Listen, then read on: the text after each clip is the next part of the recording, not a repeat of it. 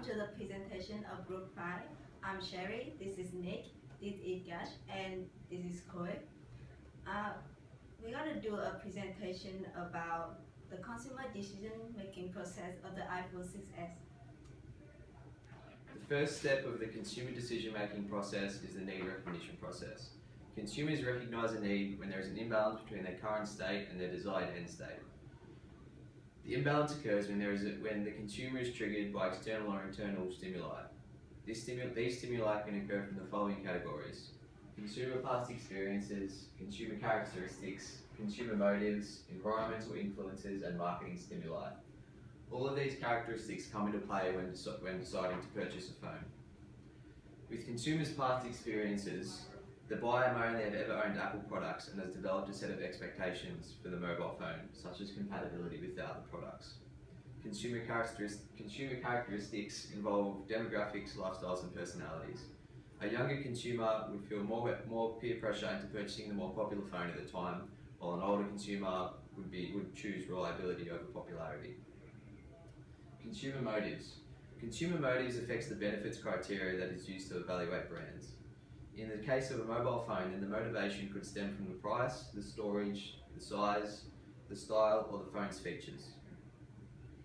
Environmental influences is the influence of others in cultural norms. These can be a big stimulus when recognising the need for a new phone.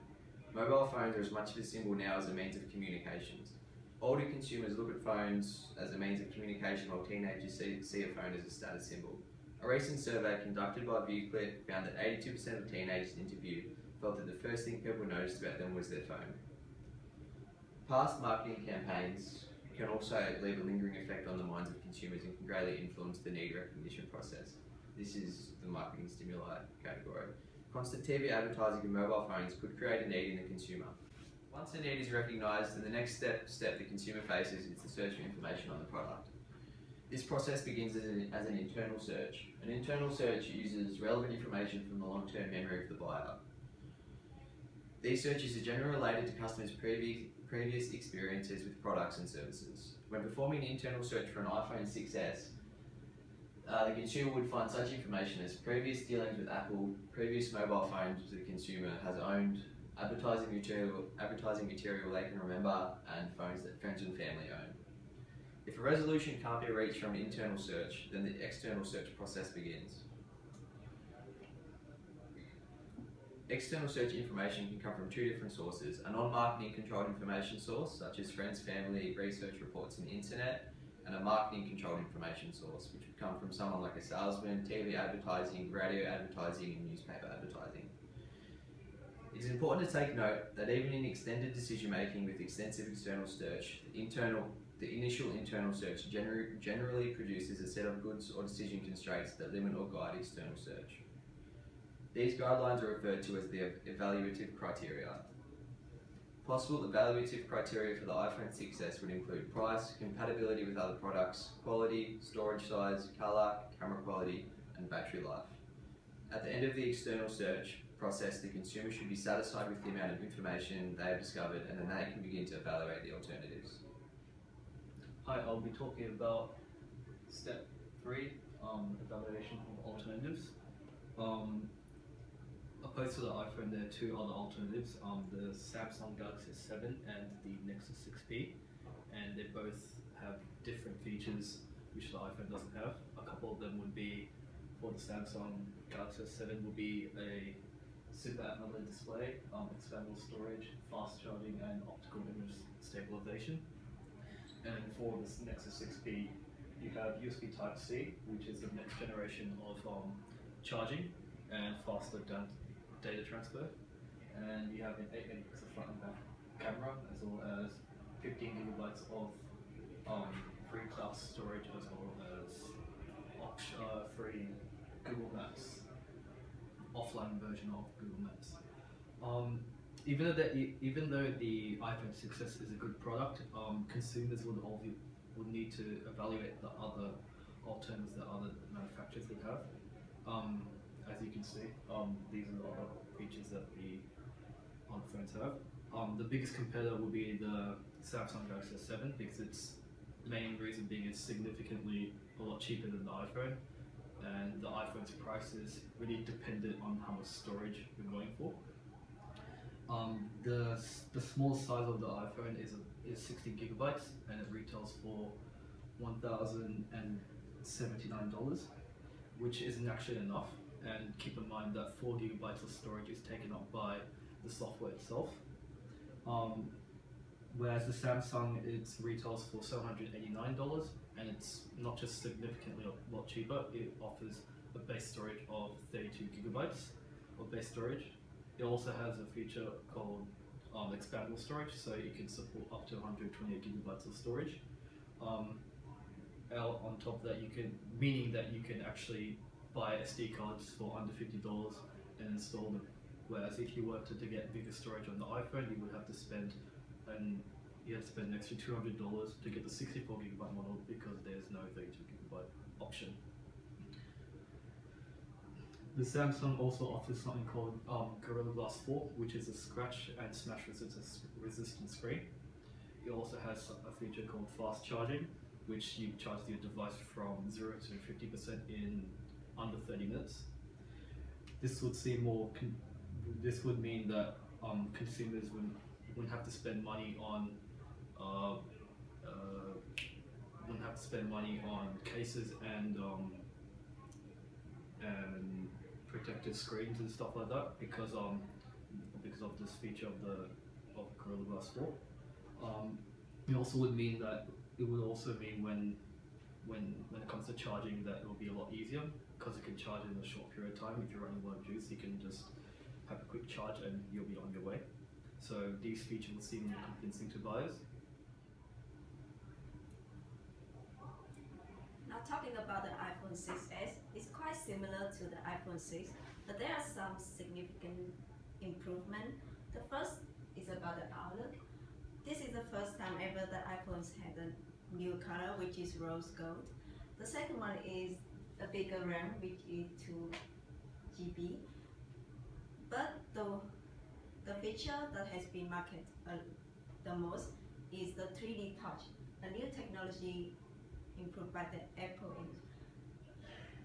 A good news for those love photography is that the camera of iPhone 6s has improved a lot. It has a 12 megapixel rear-facing camera and can record a 4K video. Now first we have to understand why do we need to understand a consumer behavior. By understanding consumer behavior, marketers can design the marketing mix, then recognize and accommodate campaigns to changes in the market. From that, they can satisfy the customers' needs and wants. A successful consumer behavior study can help the company maintain relevance and growth as well as ensure the profitability.